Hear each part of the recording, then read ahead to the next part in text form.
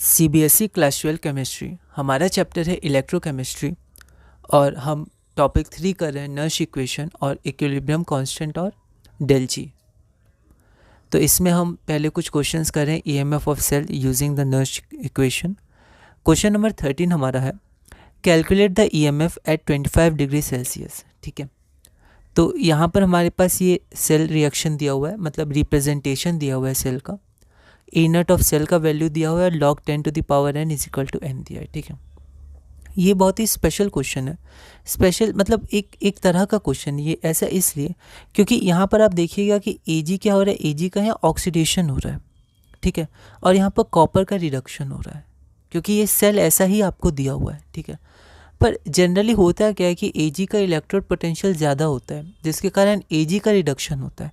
Question number 20 में just इसका opposite है, वहाँ पर जो नॉर्मल होता है Ag का रिडक्शन, कॉपर का ऑक्सीडेशन वो हुआ है। ठीक है, लेकिन यहाँ पर ऐसा ही सेल दिया है तो आपको इसी के अनुसार आगे बढ़ना है। दूसरी बात, कहीं कहीं पर ए नॉट ऑफ सेल माइनस भी दिया रहता है क्योंकि इसके रिवर्स का आपका प्लस होता है 0.46, तो इसका अगर वो जो नॉर्मल है उसको रिवर्स कर देंगे तो यहाँ माइनस होगा। ठीक है, तो कहीं कहीं माइनस भी रहता है लेकिन यहाँ पर आपको प्लस दिया हुआ है। ठीक है, तो जैसा क्वेश्चन में आपको गिवन हो आप उसके अनुसार बनाइएगा। ठीक है, लेफ्ट में हमारा क्या होता है ऑक्सीडेशन, तो यहाँ Ag का ऑक्सीडेशन हो रहा है। दूसरी बात यहाँ पर प्लस दिया है तो हम प्लस लेकर ही बनाएंगे 0.46, है ना। यह क्वेश्चन ऑल इंडिया 2013 में 3 मार्क्स का पूछा गया था, तो हम लोग क्वेश्चन 20 भी करेंगे, इसको आप देखिएगा। तो यह क्वेश्चन ऑल इंडिया 2013 में 3 मार्क्स का पूछा गया था। एक बार आप इस क्वेश्चन को ट्राई करिए, फिर हम लोग आगे बढ़ते हैं। यहाँ पर 3 मार्क्स का है तो हम लोग अच्छे से स्टेप वाइज करेंगे।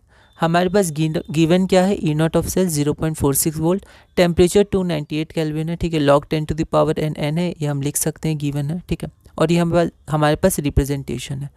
तो यहाँ पर Ag प्लस का कंसनट्रेशन है 10 टू द पावर -3 मोलर, तो यहाँ पर हमने लिख दिया। पहले के क्वेश्चंस में हमने लिखा नहीं था, डायरेक्ट गिवन लिख दिया था जब यूज़ किया था, यहाँ हमने लिख दिया है। Cu2 प्लस का आपका हो गया 10 टू द पावर -1 मोलर। ठीक है, इसका रिएक्शन लिखते हैं तो एनोड पे आपका क्या हो जाएगा, Ag प्लस फॉर्म होगा ऑक्सीडेशन, और कैथोड पे रिएक्शन। 2 इलेक्ट्रॉन्स है तो इंटू 2 किया ताकि इलेक्ट्रॉन्स कैंसिल हो जाए, तो n की वैल्यू 2 हो जाएगी और ये आपका नेट रिएक्शन हो जाएगा। फिर सेम प्रोसेस है।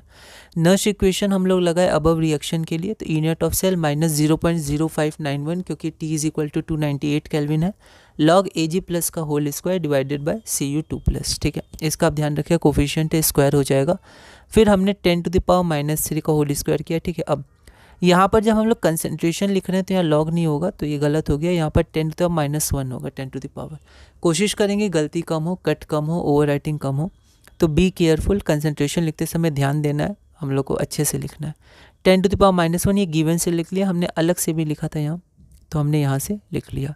इसके बाद बस हम इसे सॉल्व कर देंगे। 10 टू द पावर n होता है तो 10 टू द पावर -5 हो जाएगा, और log 10 1 होता है।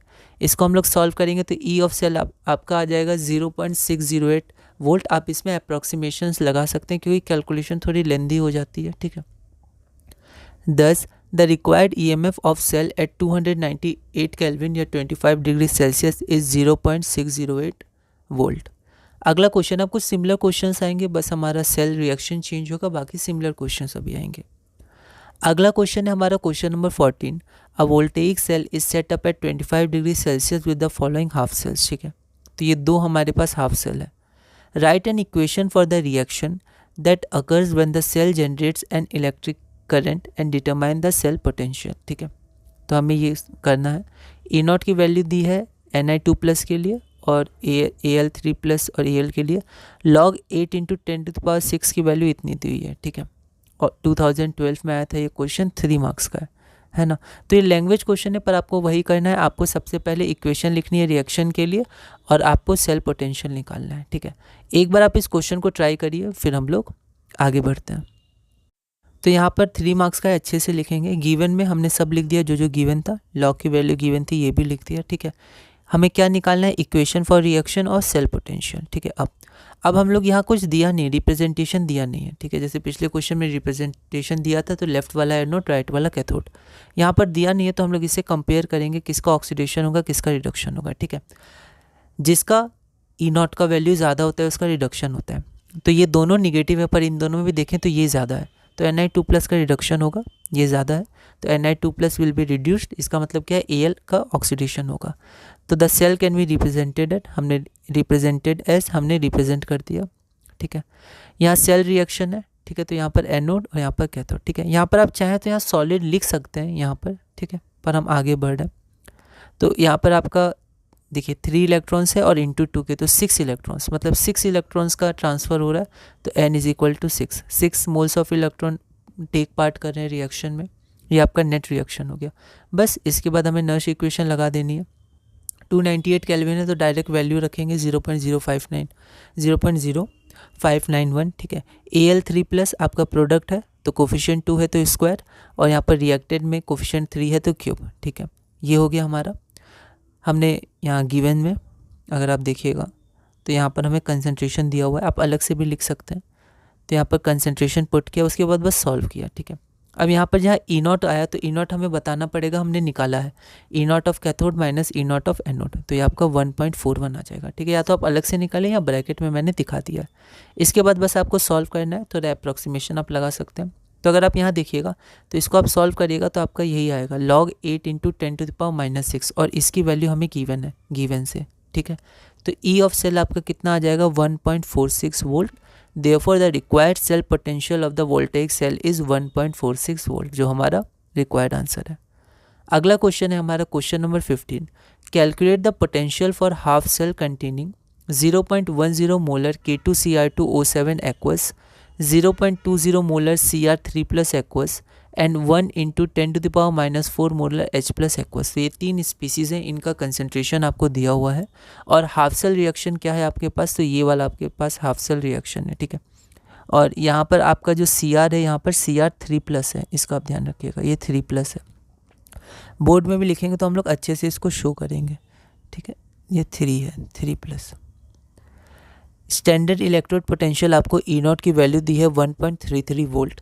यह क्वेश्चन ऑल इंडिया 2011 में 3 मार्क्स का पूछा गया था। एक बार आप इस क्वेश्चन को ट्राई करिए, फिर हम लोग आगे बढ़ते हैं।